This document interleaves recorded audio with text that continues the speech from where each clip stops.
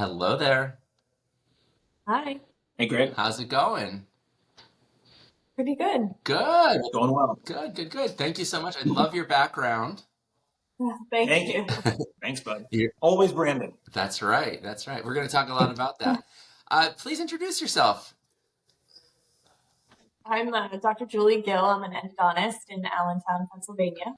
And I'm Dr. Jose Gill, general and cosmetic dentist in Allentown. And we co-own Hamilton Dental Design. Amazing. Thank you. For those of you who might not know as well, I hail from an hour away from Allentown in Pennsylvania. So this was a special project to get to work with Doctors Jose and Julie together. Guys, you're sitting in your reception area. Look at that cool background. Yeah. Like a dream come true. Let's rewind. How many? About 18, 24 months now? Is that when we met? Yeah, about that long. That's about 2 crazy. years, Yeah. Indeed. Yeah. Before we met, you started your journey together. You already have an existing dental practice, right? So tell us a Correct. little bit about that. Yeah, so we originally opened Hamilton Dental Designs in 2016.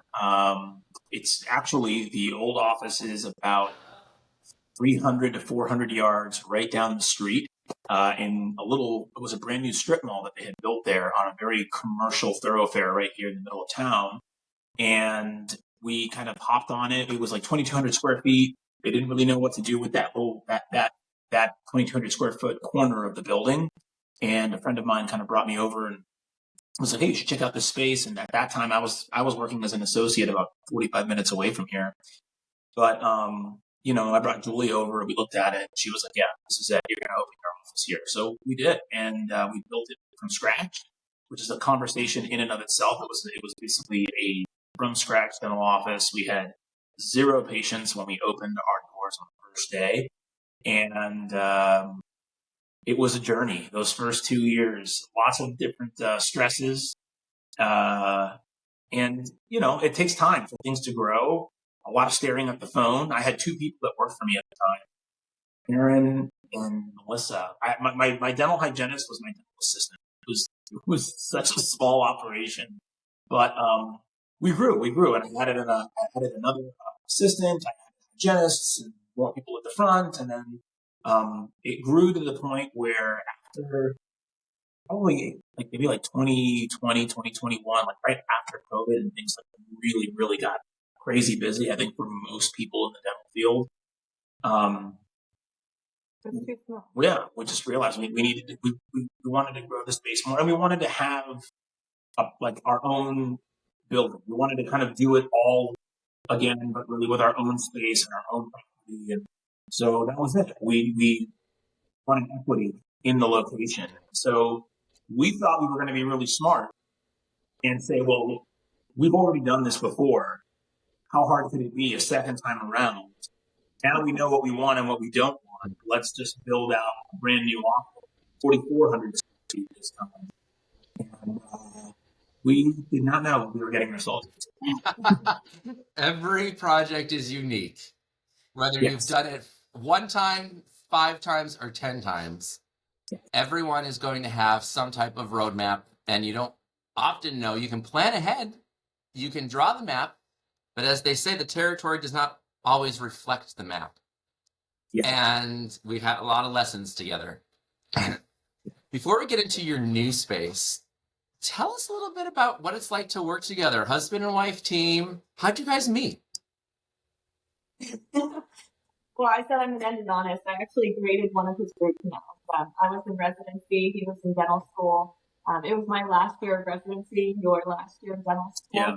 And we had to rotate undergraduate clinic. So one day I was attending the undergraduate endodontic clinic, and he was doing a root canal. I gave him a little bit of a and he asked me on a date, and here we are over a decade later. And a couple of kids too, right? Yeah. 3 kids, all that. I love your kids.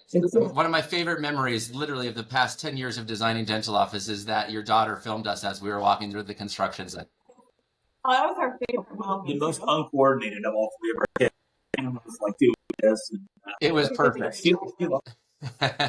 Yeah. Cool. Well, let's fast forward. So you found this plot of land. It was time to expand. What was the first steps in that? Well, we were really happy with the way that our initial space, at the end of the day, contractors, are very, very hit or miss.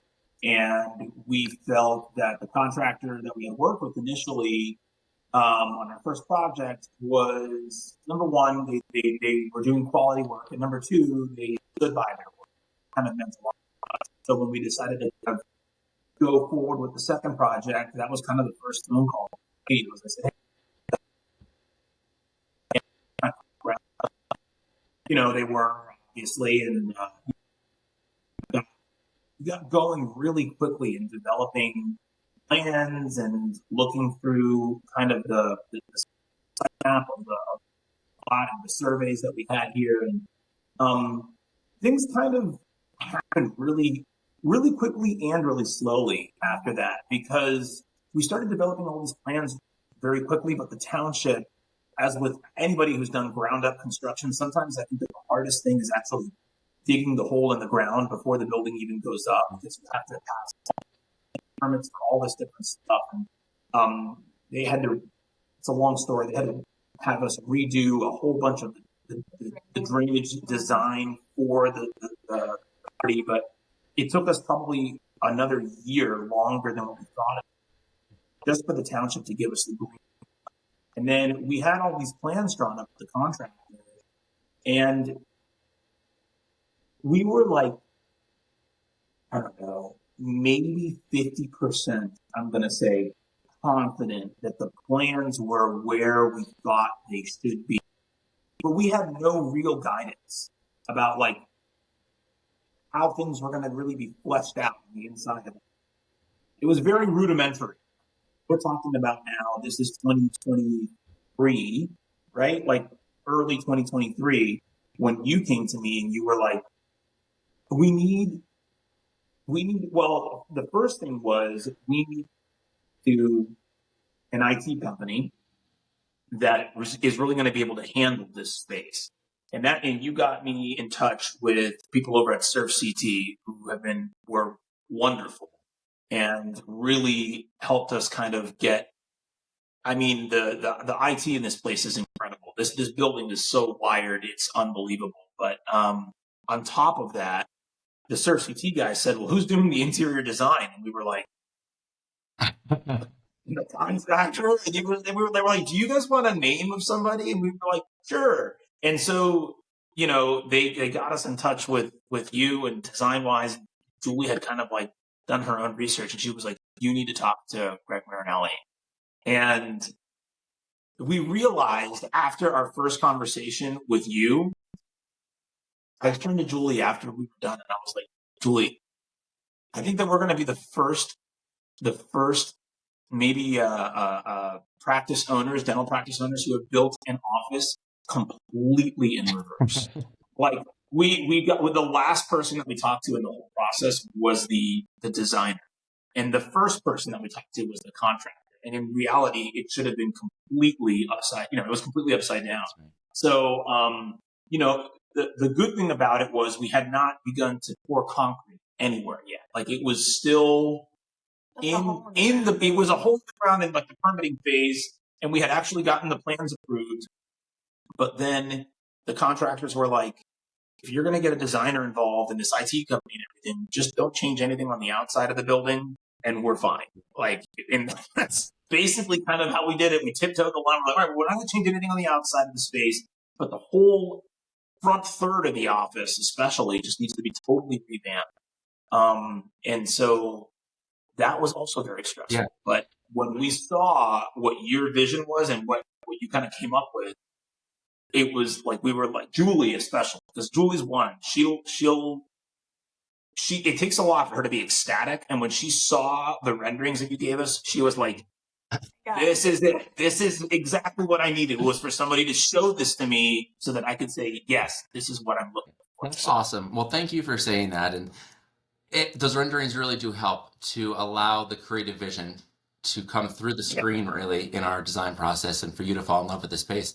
But before that, I mean, I have to say thank you to our friends Paul and Vinny over at SurfCT for introducing us. And it was an honor to be invited into your project.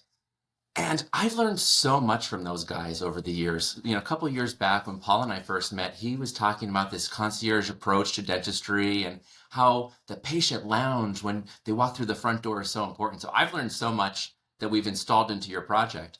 But you're right, when the contractor says, oh, designer's coming on board, oftentimes everyone's like, oh no, everybody run, everybody stop. But we had to be very strategic in what we changed with your floor plan. And that's where it really started, right? We started kind of moving that puzzle piece together, creating the patient experience as they were walking through the front door. From the lounge, the check-in, to what they're kind of like hanging out in a cafe, right? Yeah. Exactly. Yeah. Which is basically what a lot of people say when they come into the building. They're like, this is like a 5-star hotel or like a spa. Like, I feel like I'm walking into a place where I'm going to lounge basically for hours. And maybe you should open an expansion. Just open a little kitchen next door. Yeah. Maybe. I think my construction days are behind me. Well, good to know. Let's talk a little bit about what it was like to transition the move, though, because going from an existing dental practice, moving all of the equipment, your team, I mean, your team is at the heart of your success in your practice.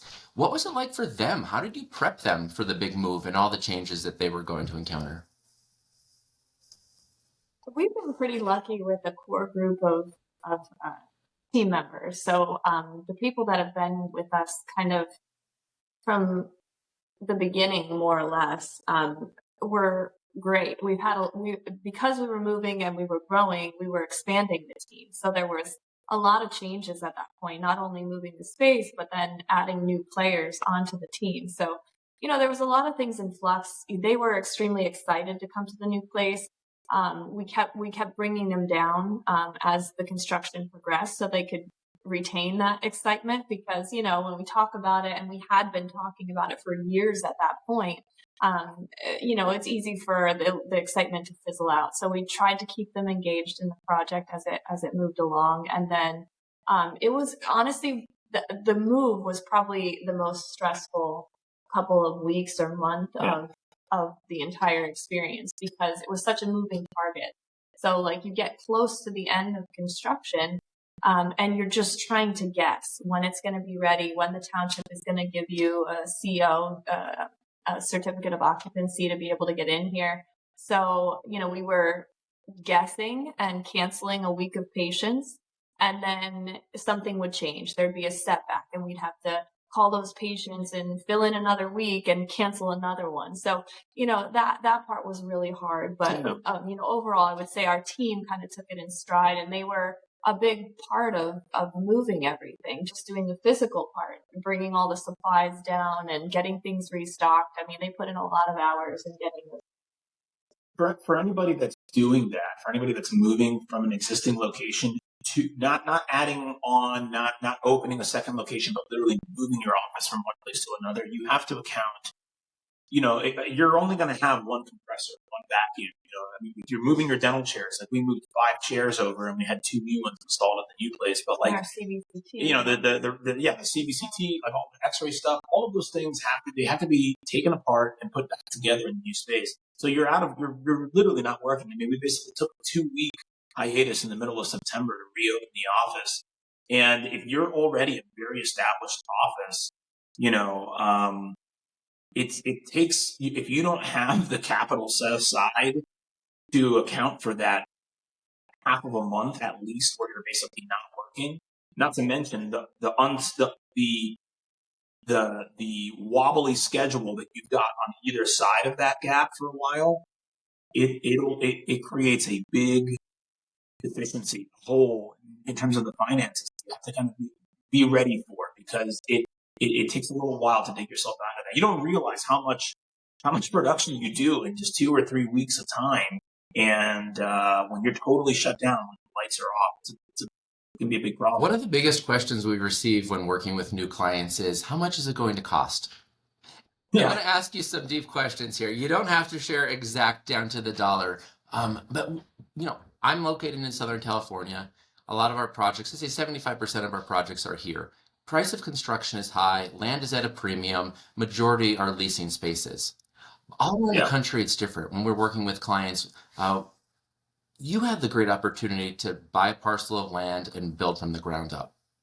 So in Allentown, Pennsylvania, what does a piece of land cost? Yeah. Well, this land is, what is 3/4 of an acre that we have here? Yeah, it's about 3/4 of an acre, and it's in a very, very...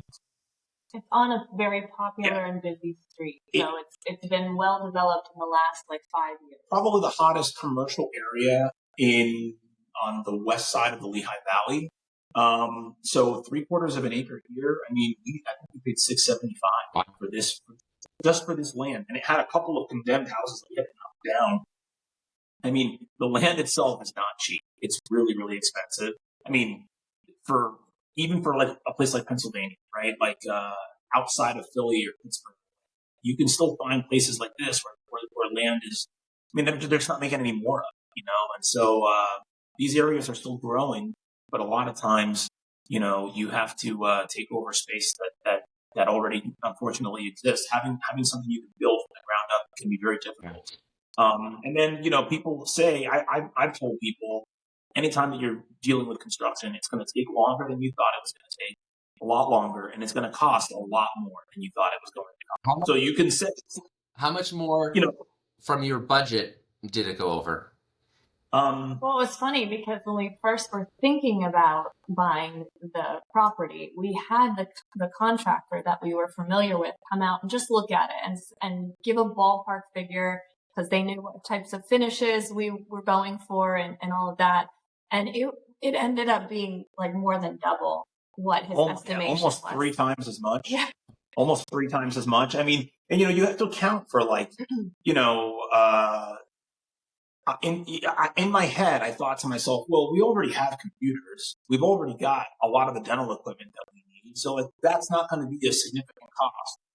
Wrong. I was wrong, right? So the computers that we have were already basically end of life. They were all more or less 7 years old, 8 years old. When SurfCT got in here, they were like, you guys are okay? We'll just basically buy new computers and all this. And, we just had to, but IT costs, engineering costs in the buildings, in the design of the building, interior design, furnishing the place, the thing about it is when you go into a new building like this,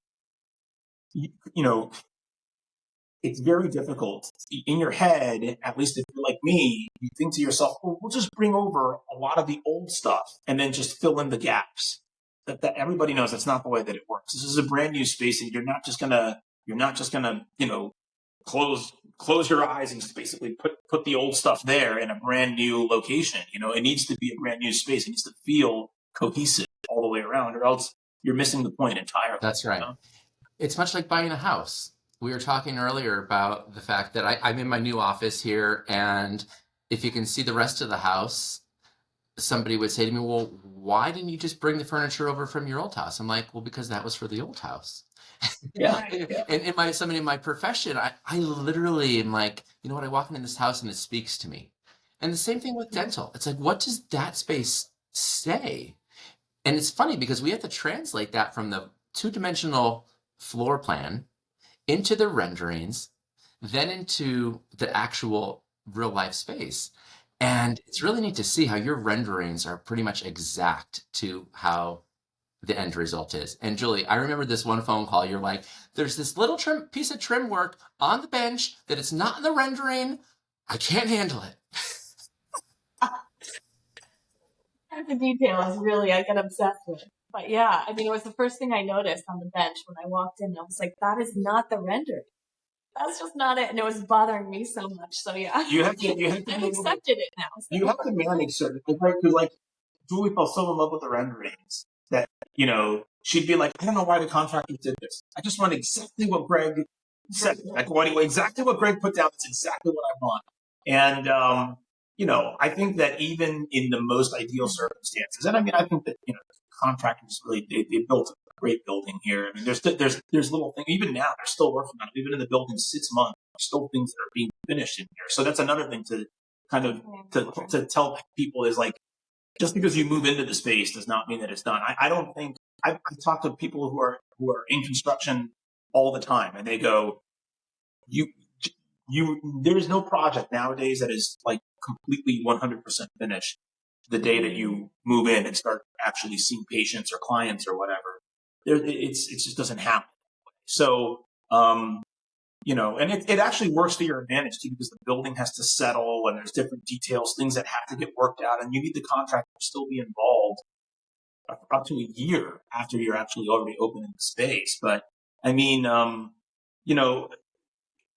balancing that whole, like, well, there's the design and then there's what the contractors are doing, right? And how close can we get to those two things being the same, right?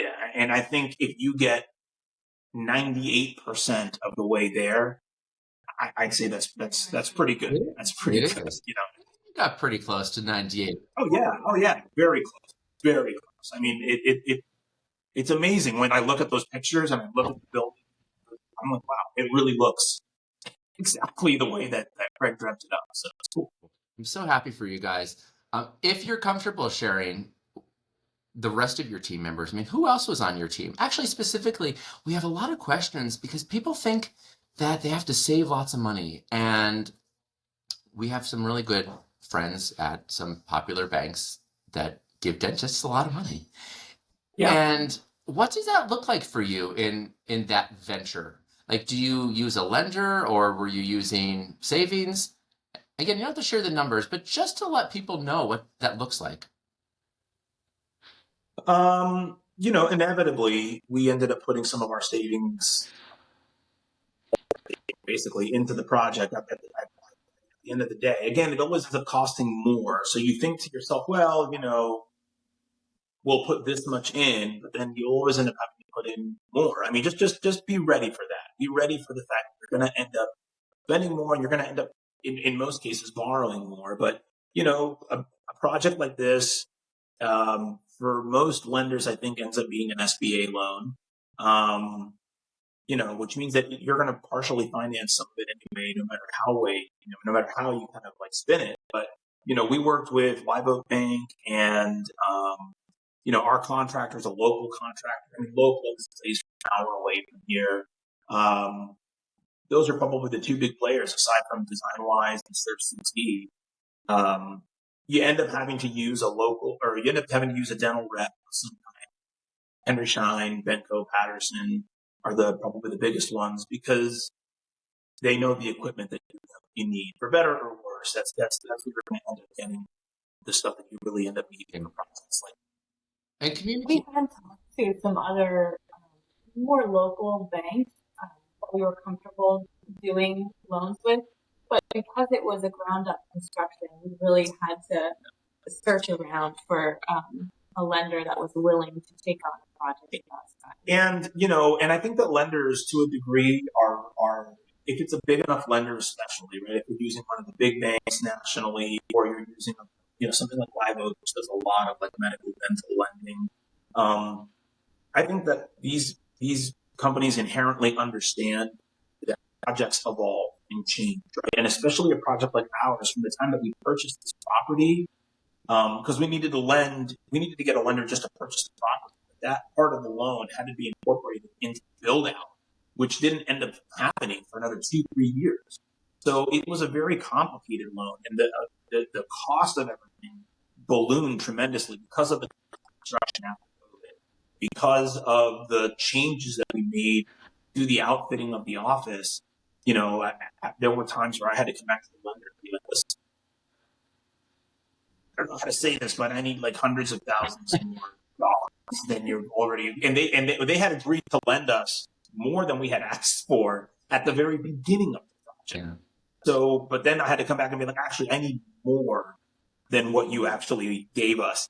And so, it's stressful at times for sure, but I think all lenders understand that too. And once you're in it, you're in it. You know what I mean? And it's like the only way, what is it? They say like the only way to get out of hell is like through. right? You've just got to go through it. And so once you're in there, and that's once the shovels are in the ground, and once the drywall's going up, the lights are getting installed, you think to yourself, how am I gonna do this? And inevitably, I'm a firm believer that if you build it out, right, and you invest in it, and you put all your eggs in that basket, if you're committed enough, you're just going to find a way, right? And that's ultimately what it comes down to.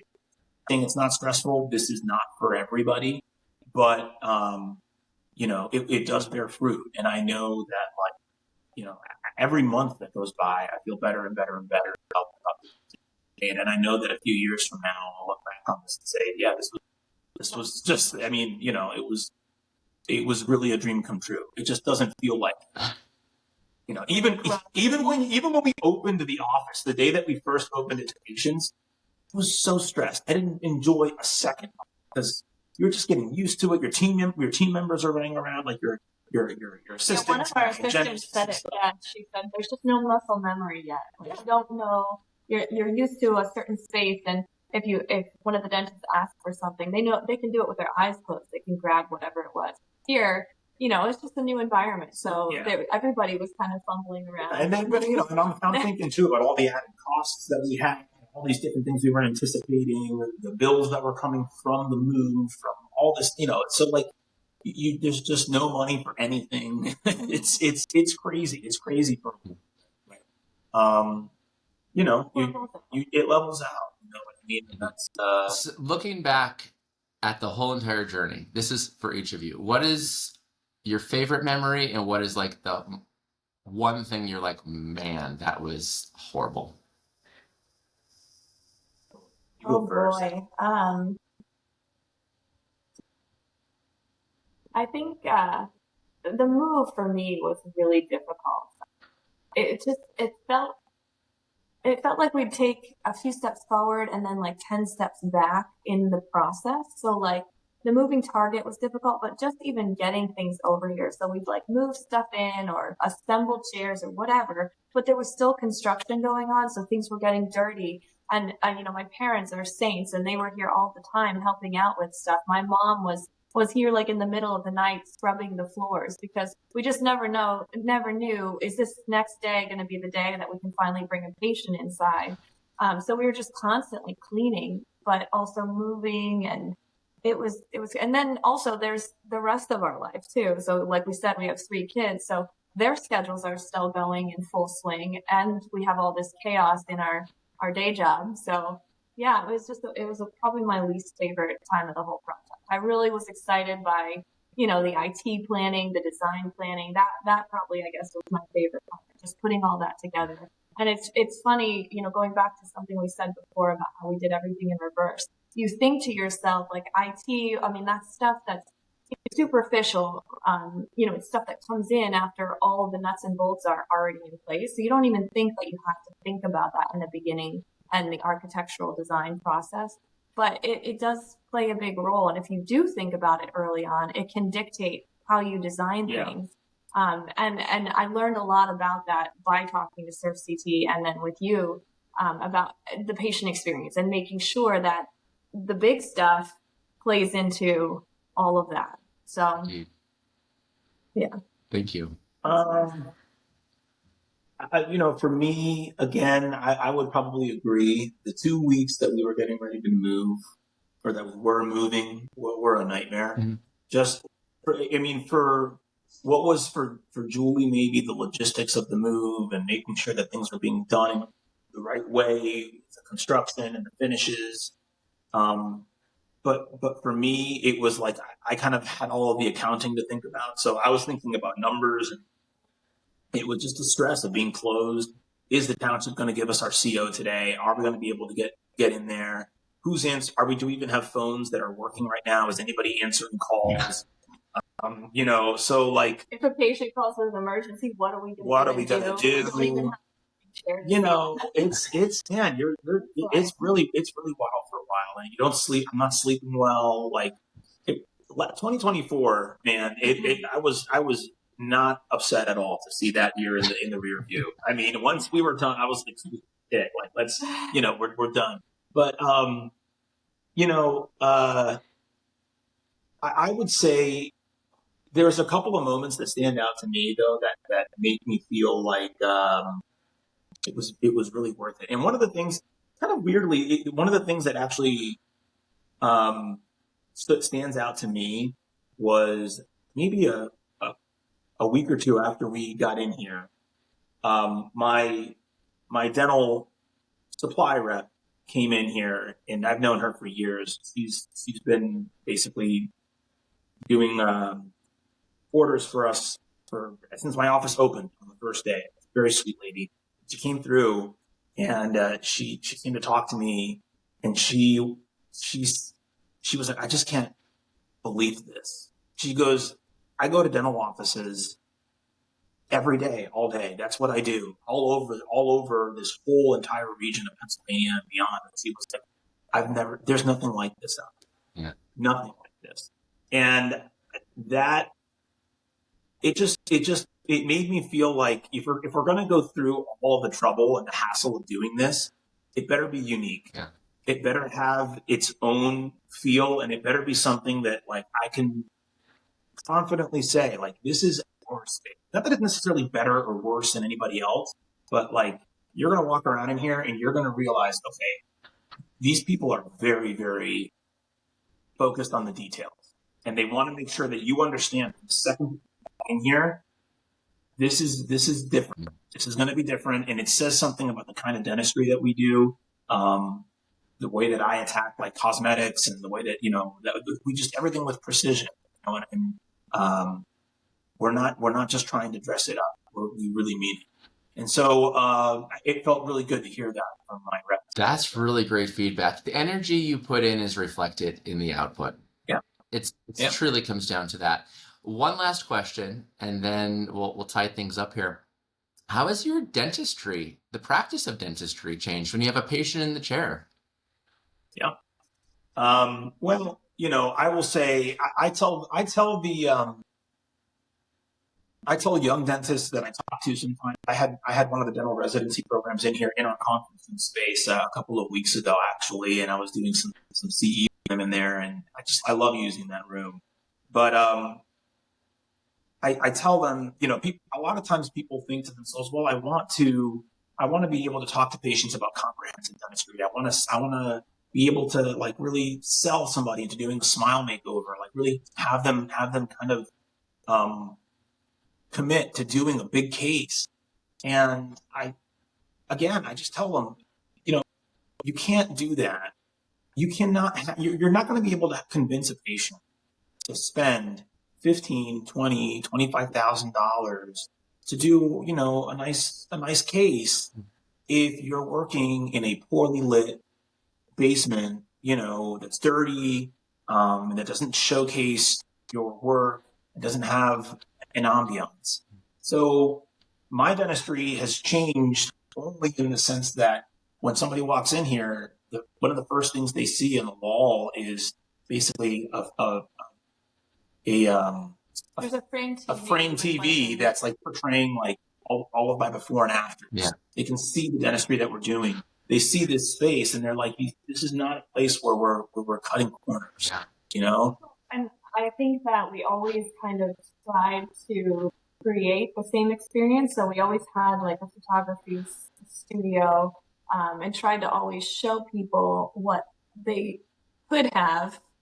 Maybe they hadn't even thought about it before. Even in our old space, but in our old space, it was kind of trying to fit a square peg in a round hole.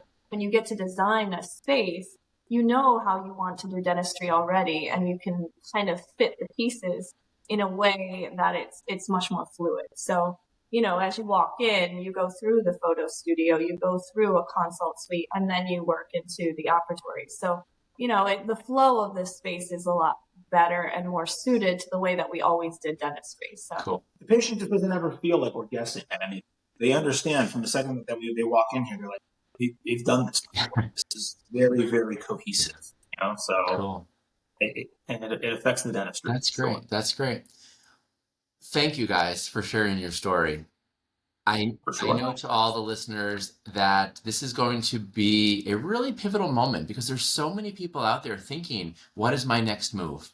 So many associates would love to have their own practice. And we love guiding dentists through what that looks like. And everyone's unique. As you guys had shared, our story and the way we met was really unique. Our journey had some ups and downs along the way through design and construction. And that is perfectly okay. That's a part of the journey. And the destination, though, for you guys, man, it's a good one. It's a good one. So best wishes to you guys in the next couple decades. Let's say, how long are you going to be practicing dentistry? What do you say? They're probably gonna bury me in here. Greg. No, probably. I mean, probably. That's the thing. That's the thing too. Is that, like, you talk to young dentists who want to do this, and say, do it while you're young. Yeah. Do it while you don't have the money, but you have the energy. Yeah. Because this is a very difficult thing to do, and to commit to and to invest in, unless you've really been like saving for it. But it's hard to commit to this when you're in your like mid-50s. Yeah. Because then you got maybe a decade left. You know what I mean? You got to pay a lot of this off. Yeah. But you want to enjoy the space. You want to put all your eggs in the basket, but do it when you're in your 30s. Yeah. And great design. Yeah. People ask, I want a timeless design. And I say, well, design is like buying a car, buying shoes, or buying a wardrobe. You get a good 5-10 years out of it. And then you have to start thinking, what are we going to enhance to make that patient experience? So I look forward to your call in a couple of years. Yeah. You are the best, Greg. I'm not saying that because we're on your podcast. I really mean it.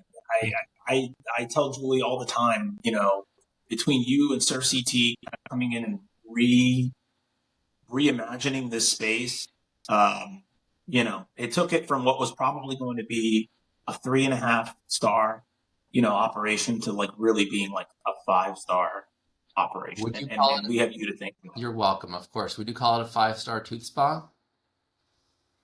5-star tooth spa. Yeah. A 5-star tooth spa. Yeah. All right, guys. Thank you so much. Have a great rest of your day. Enjoy family time. Enjoy all those patients coming through the front door. Thanks, Greg. You're welcome.